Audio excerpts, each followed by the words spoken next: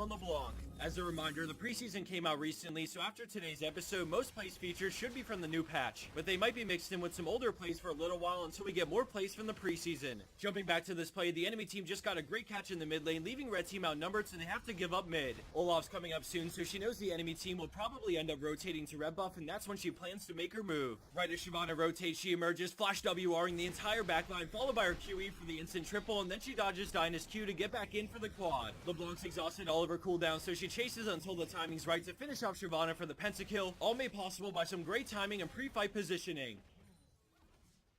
Coming in at 4th place for today's episode, we have Uncle Fat Panda with a beastly turnaround play when odds are against them. They've already lost their support, and the enemy team are in the process of also getting Kha'Zix, so Yasuo and friends are waiting for them to eventually group back at mid. Jinx wants to get some poke down, but ends up taking too much herself, leaving Yasuo and Azir in a 2v4. He gets one stack of his Q, cutting back until he has to turn, getting the second stack on the way there, and then he win walls while queuing for the 4-man last breath as Azir flies in for the follow-up ult. As 3, they were able to salvage a pretty awful looking team fight and turn it into a good win for red team. Fantastic setup from Yasuo, picking up a crucial second stack of his Q while sliding his way into position for the knockup.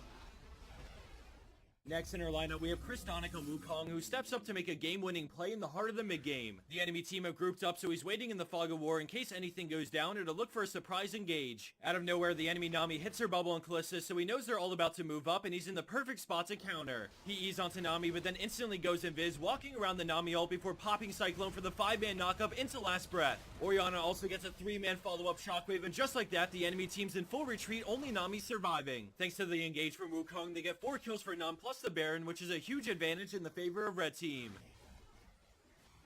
Landing in at 2nd place, we have Ermi on Bard with another epic setup that carries the fight. I love support plays, and Bard is to be one of my favorites to watch because of how hype his kit is, but let's turn our focus to blue team as they set up shop in the top lane. The friendly Kindred gets caught by Rammus, but a quick Crucible gets her out before the laser pokes her down. Both teams attack who they can as Rammus pulls back to the tower, but he sees an opening and throws out an insane Tempered Fate, hitting everyone plus the tower. Keep your eye on Kassadin as he times a beautiful Rift Walk into his E on everyone, causing the fight to erupt, but they still have Kindred ult, so they start to gain ground. His team's in position to dive, so he puts up the magical journey, meeting them on the other side to help clean up. So far, they picked up 4 kills, trading only Kindred's life, and thanks to the Meeps, Bard can stick to Lux and help secure the ace. Irelia sadly dies to a small misstep, but a 2-for-5 exchange plus inhib gives blue team a ton of momentum to close out this game.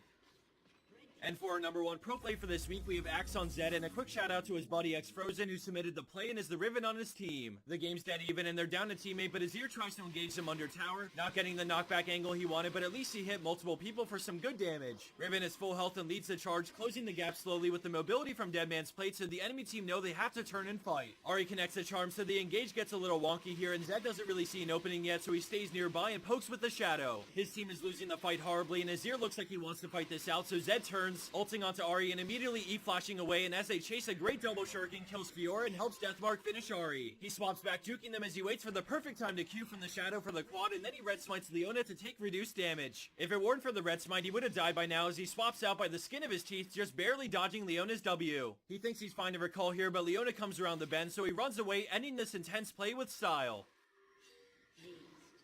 And for our bonus clip of the week, we have Great Tiger on Kha'Zix, and today we have a special guest to bring us a thorough breakdown.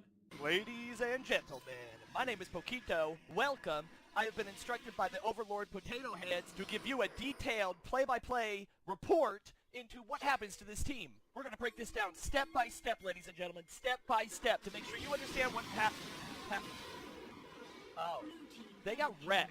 Well, I guess my job here is done. I hope that you've enjoyed this in-depth analysis. Thanks, guys.